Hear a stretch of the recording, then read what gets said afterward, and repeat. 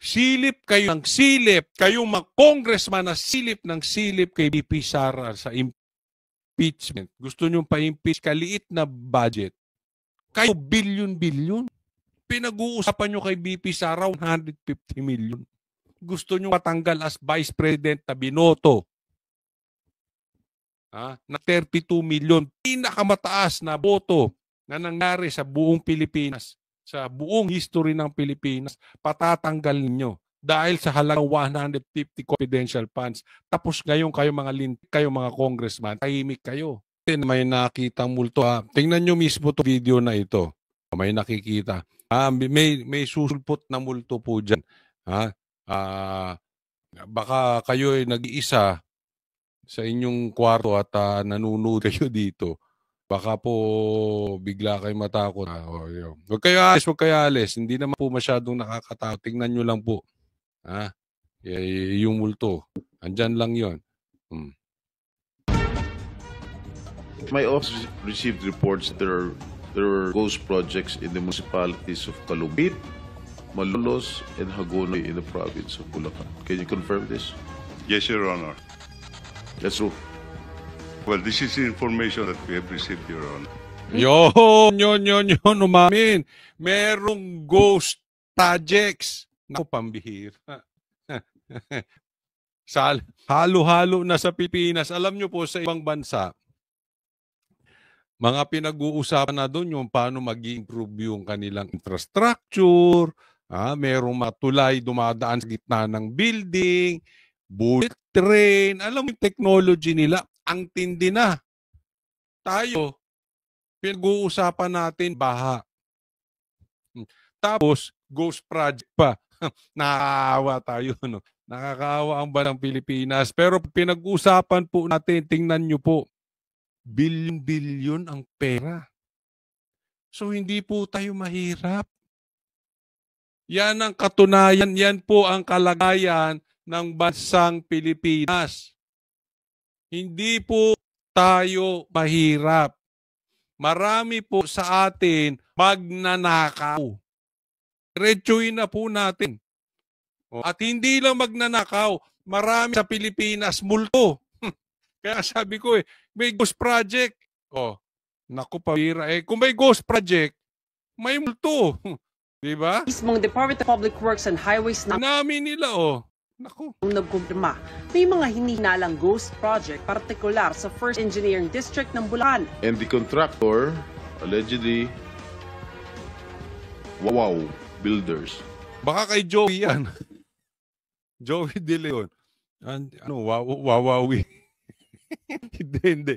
Baka mamaya magalit sa atin si Joey. Andiyan pa naman yung kakampi niya si Achiche dyan sa Senado. Ay, Pepa, speaking of Achiche, etong si Wambol University School Bukol Tito Soto. Ang ingay, no? Papansin nyo ba?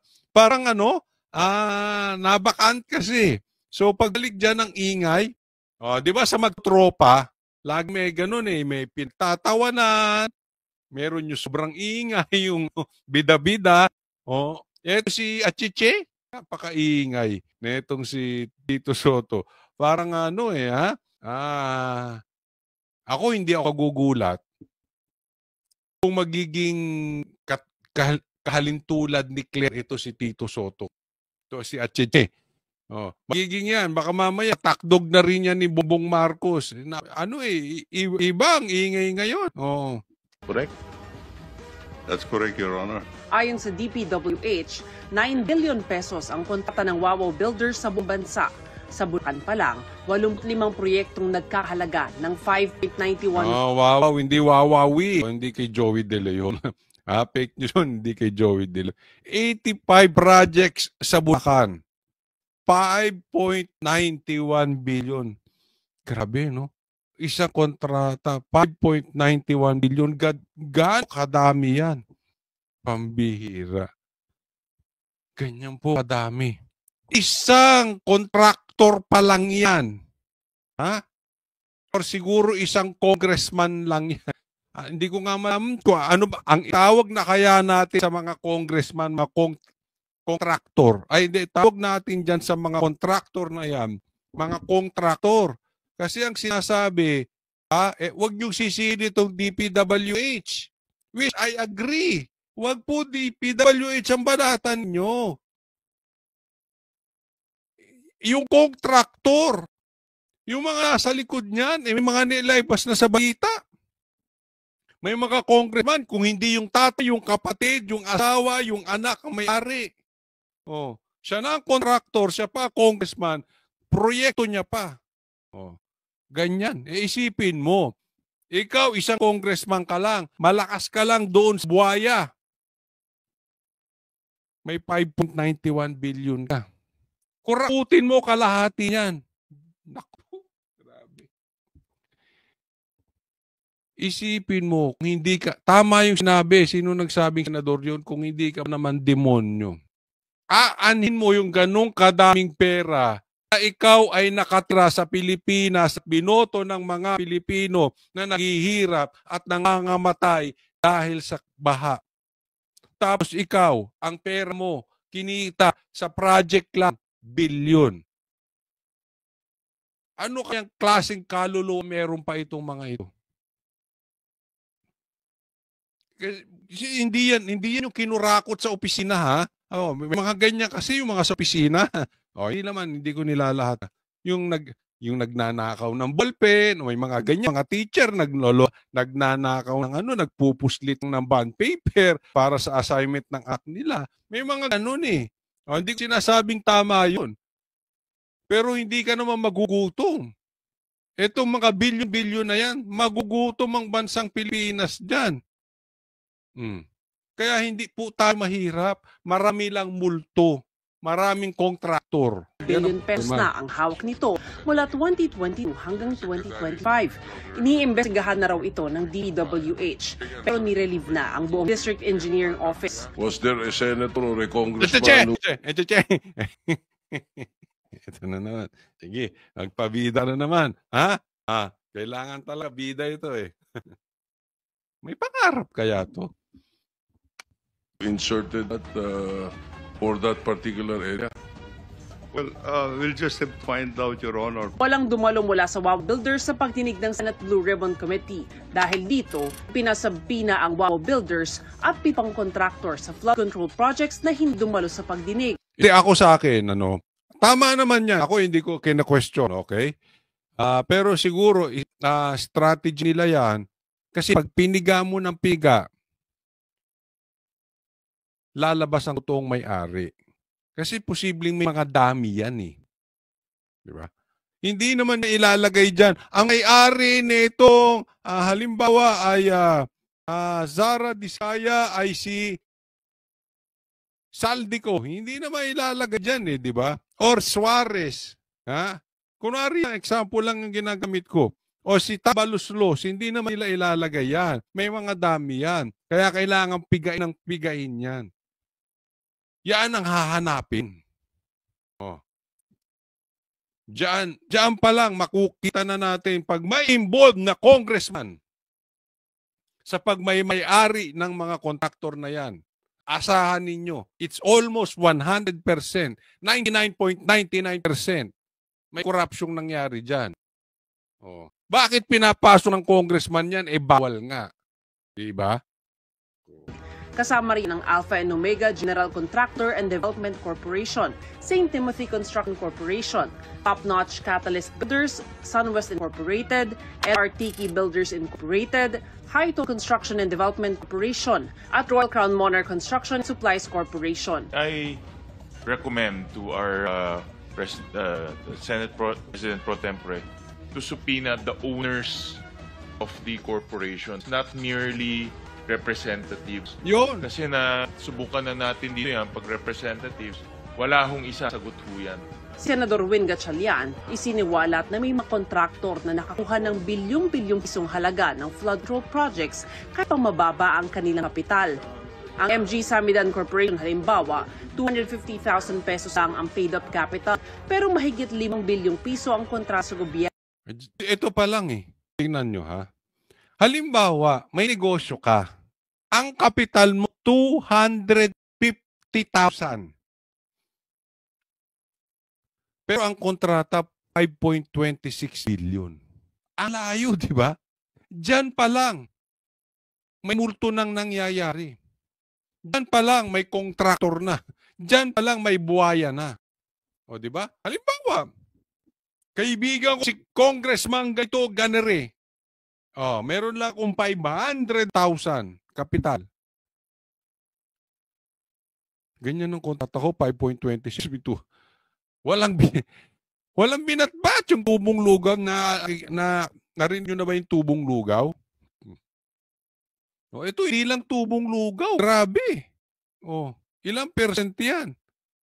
Di ba? Anong puhunan? Oh, malapit kay Kong. Malapit yan sa ibabaw. Di ba? Yan lang. Ang dami namang kontraktor na may malaki-laki ang kapital. Pero hindi nakakapasok sa gobyerno. Ano ba na? Naglolokohan tayo?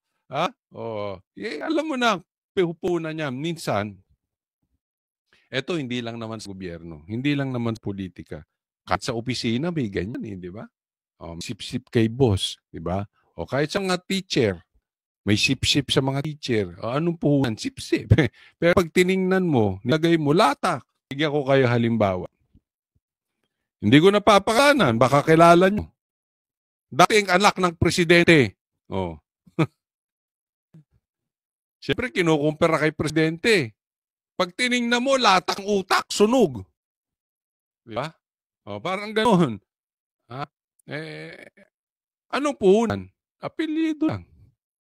Pero totoo, wala. Wala. Ang QM Builders naman, 1.25 million pesos ang paid-up capital, pero mahigit sarap buhay, 1.25 million. Hindi ka makabili ng condominium na 1.25 million. Hindi ka makabili ng bahay na house and lot 1.25 million ngayon. Hindi ka makapagtayo na matinu-tinong bahay sa 1.25 million ngayon. Baka kwarto. Baka pagpa-renovate mo pa lang, lagpas 1.25 billion na, tapos ang kontrata mo, gagawa ka na ba 7.58 billion? Pambihira. Ano to, nagkakalokohan tayo? 7 billion pesos ang nakuhang kontrata. QM Builders. Ang kanyang contract is 7.3 billion. Pero ang kanyang capitalization is 1.2 million. So ang punto ko ho, meron ho talagang mga tao na linalaro po yung pre-qualification stage. Hindi gano'n. Diretsuhin mo na. May mga tao talaga, buhaya, crocodile, multo. Kung ghost project, di may multong may-ari. Diba? Yan hanapin nyo, yung sino yung multo na may-ari na yan. Gumagawa ng ghost project, isipin ninyo. Ha? Pera nyo yan. Mga kabayan ko, pera nyo yung ginagastos na yan.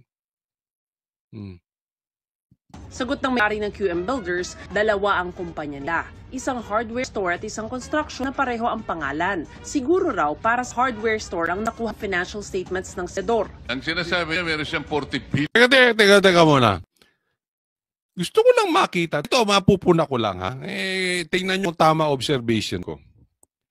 Si Bam Aquino, kaway-kaway, magagalit na naman yung madilawan na magagawi dito ng mga trolls. Si Bam Aquino, yung style niya, ginaya niya kay Nino, yung nakaganyang salamin. Di ba? Yung figura ba? Kasi pwede ka meron kang sarili mong style eh. Di ba? Ginaya niya, tinan nyo. Uso ba yan sa mga anak na mga anak ng presidente o kamag-anak ng presidente? Kasi ito namang si Sandro, nakaganon, yung buhok, yung nakatayo, yung nakahawi na matindi rito, medyo mataas. Ginagaya naman niya yung lolo niya, si Makoy. Di ba? Buti sana. Hindi ko alam kung strategy nila yan. Parang branding nila, Aquino, Marcos. Pero buti anak ko. May silbi yung apelyido nyo. Okay lang, di ba? Kung wala namang silbi, anong kwenta? Di ba? Kung top naman kayo magpa-drug test, wala din. Di ba? Yung mga ganbang klase, anong kwenta? Naging dalawang Aquino, naging presidente. May nangyari ba sa Pilipinas? Wala. Iboboto nyo pa itong Aquino, pambihira. Dalawang Aquino na! Hindi pa kayo nadala-dala. Talagang mga Pilipinong ito, may kabubuhan din. Billion pesos. Yung NFCC, compute ng times 15 yun, Mr. Che. Halimbawa may 1 billion ka sa bangko. Yung pili ka sa 15 billion. Kaya kami mga lata hanggang 40 billion. Pero umilit ang ulo ni Sarap ng buhay. Milyon ng pera. Parang kamukha lang ni yung si Ferrari. Yung mayor sa si Ferrari ba yung mayor sa Negros. Kamukha di ba? Blue Ribbon Committee Chairman Senador Rodante Marcoleta nang sabihin ng QM Builders na wala pa silang nagawang proyekto sa gobyerno. Hindi ka pa nagawa ng project? Hindi pa kasi yung nag-asawa ko ng 1991, isa kami sa hardware. Yung maliit na hardware So hindi pa siya nakagawa ng proyekto sa flood control. Wala pa silang nagagawang proyekto. Hardware, maliit pa lang. Tinta lang bamboo. Bakit nasama ka sa 15 contractors sa listahan ng Pangulo? Gumawa na tayo ng flood control project. Ngayon gumawa ka na naman. Ano ba talagang totoo?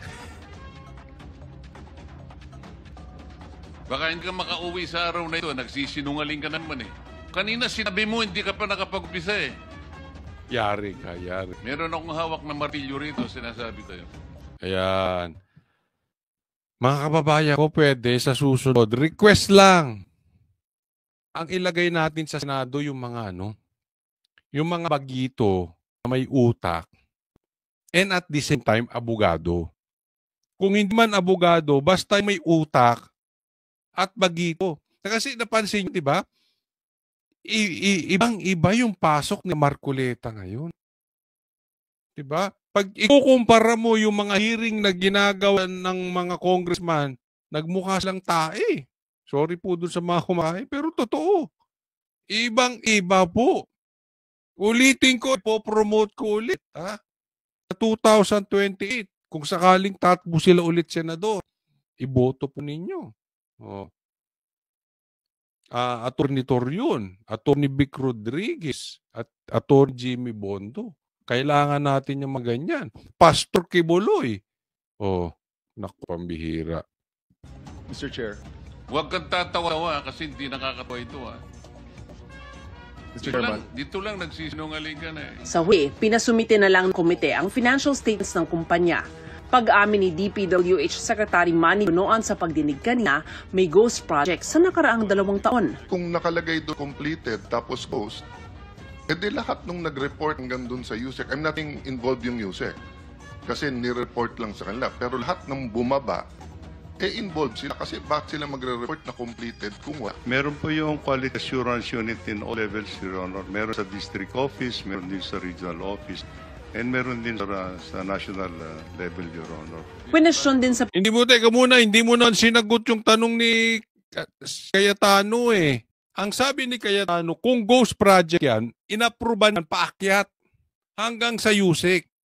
In-excuse nga lang niya yung USEC Ibig sabihin, ghost project yan, bakit umapprove ng umapprove? Ang sagot mo, merong yan. At tingnan nyo sagot nung Meron po yung Quality Assurance Unit in all levels, Your Honor. May quality assurance in all levels. Paano nagkaroon ng quality assurance? Ghost project nga. Ghost project. Ang punto doon, Cayetano, kasabwat lahat.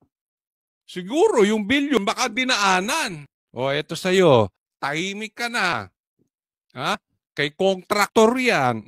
Ito.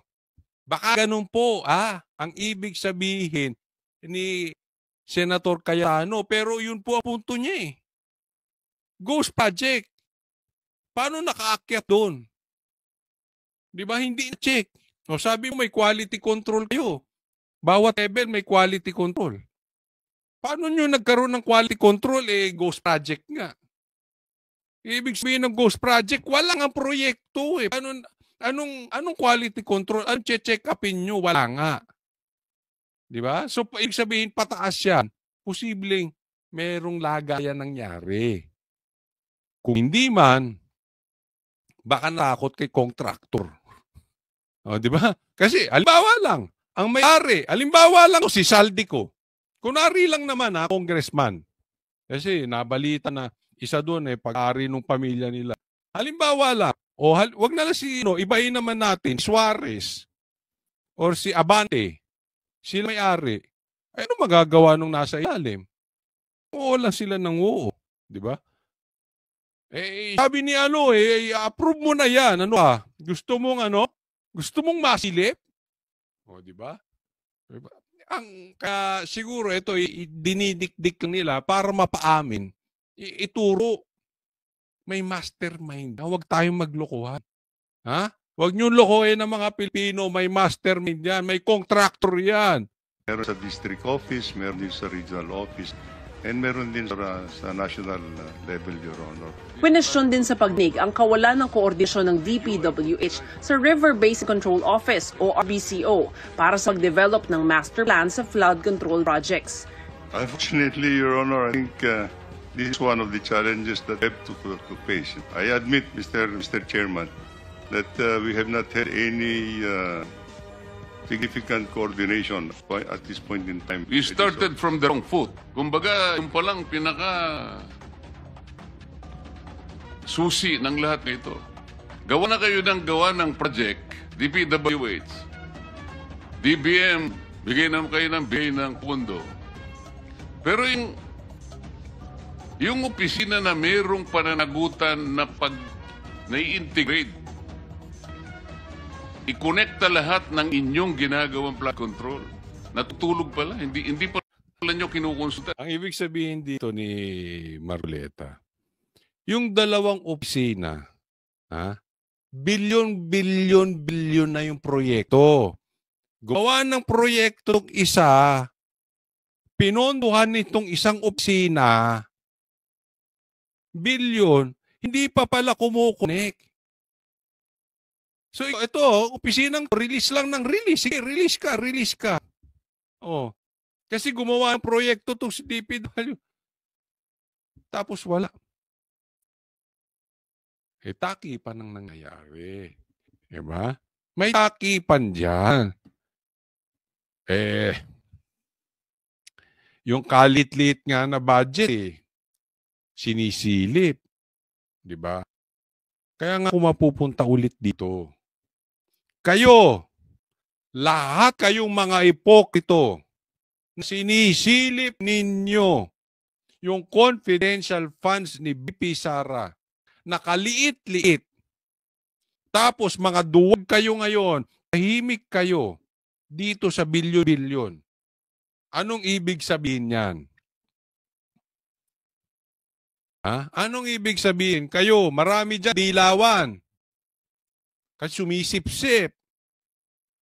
Ano ibig sabihin yan? Mga ipokrito kayo. Hindi ko man nilalahat ng dilawan. Yung iba, komunista pa. Hindi ko man kayo nilalahat. Pero meron sa hanay ninyo, magduwag. Hindi lang duwag. Bias pa. Hindi nyo silipin yan. Ito, lataran ko, lumalabas sa investigasyon, takipang nangyayari. Isipin niyo, yung kumalat with that kind of amount, bilyon po. Siguro, kahit sa tabi ako ng river, matulog, hindi babaha. Dapat ganun. Sa amount ng ginagastos nyo dyan, kahit bumagyo ulit, na pinakamalakas na bagyo sa buong Pilipinas at nakatira ka sa tabi ng dyan sa Pasig River, hindi ka dapat abutin ng tubig. Ganun po yan. Ganun po kaki ang impact niyan. Anong nangyari? Baka naman binusog nyo lang. Bumili kayo ng bahay, bumili kayo ng kotse. Para sa inyo napunta. Alis kayo ng bansa. Di ba? Imposible, wala tayong maglokohan. Imposibleng wala kayong offshore accounts, mga animal. Nako. Siyempre, alam nyo, kalokohan ginagawa yung pagnanakaw. Alam nyo yung pagnanakaw, hindi po si Marcoleta siya lang nandyan.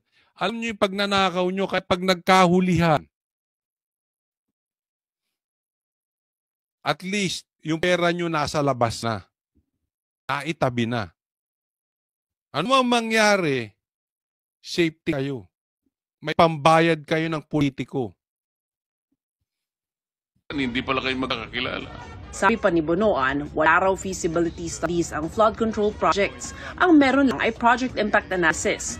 Pinapa-allocate ni Senador Bam Aquino ang 243 billion pesos na pondo para sa flood control sa 2026 national budget papunta sa mga munisipyo tukoy na madalas bahayin. Pagdating po sa flooding, yung mga lugar na may flooding talaga, I would guess meron po kayong expertise kung saan talaga yung totoong flooding sa Pilipinas. Mag-submit tayo, yung talagang totoong flood control, yung talagang flood control budget na talagang swak talaga sa pangangailangan ng tao.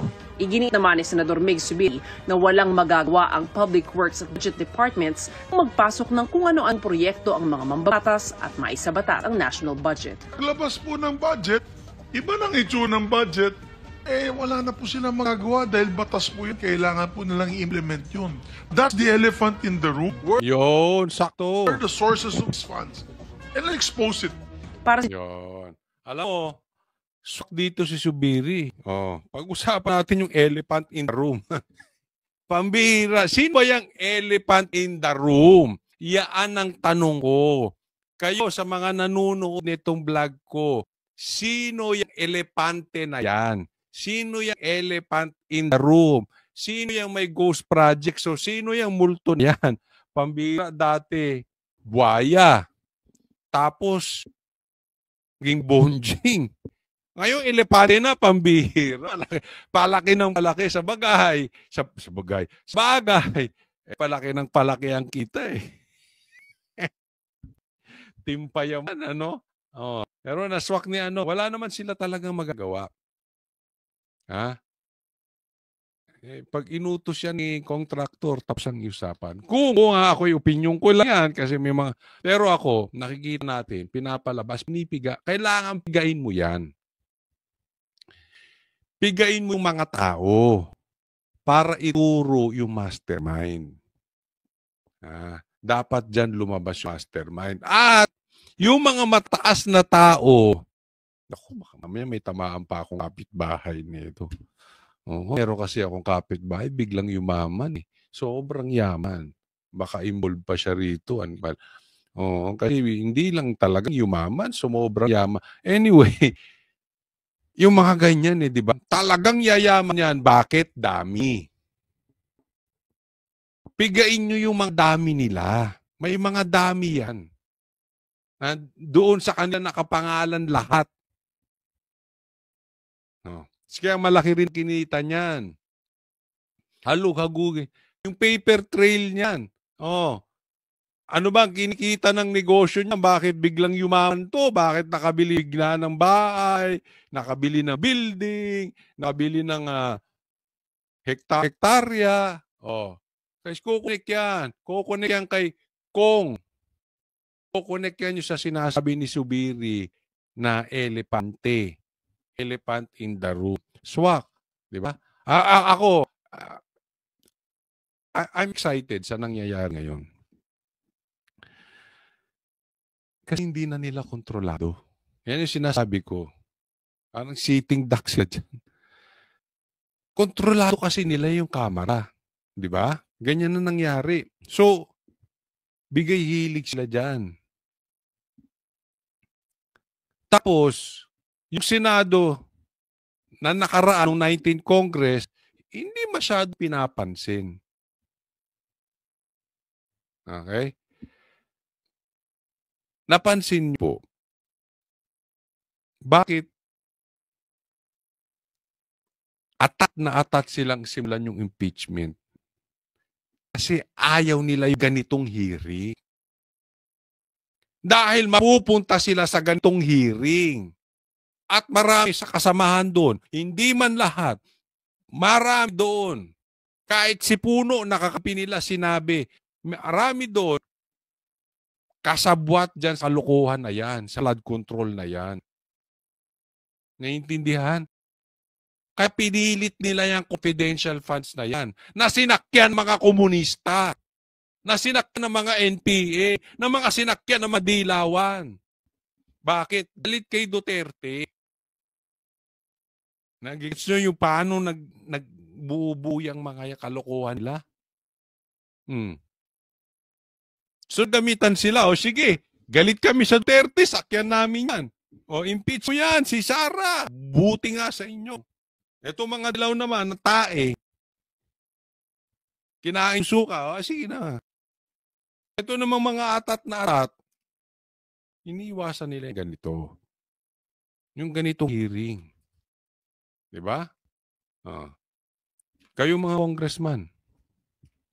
Ha? Ito, sabihin ko sa inyo mga congressman. Hindi kasi mga congressman matino. Sinisilip yung budget. So hindi ko po ibig sabihin lahat ng congressman. May mga matitino dyan.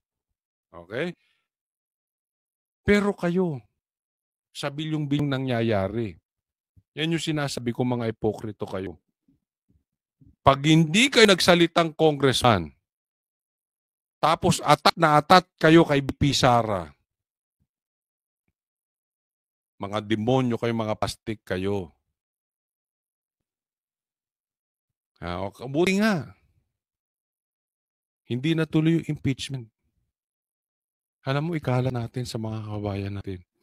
Ito ang magandang dahilan na hindi natuloy ang impeachment. Kung hindi, madidelay ito pag-imbestiga sa bilyon ninakaw ng lepante na sinasabi ni Subiri. At marami pang namatay dahil sa magnanakaw na yan. Isipin mo, yan ang sinasabi natin na we major in the major things. And we minor on the minor things. Ang problema natin, we major on the minor things. And we minor on the major things. Yan ang problema ng Pilipinas.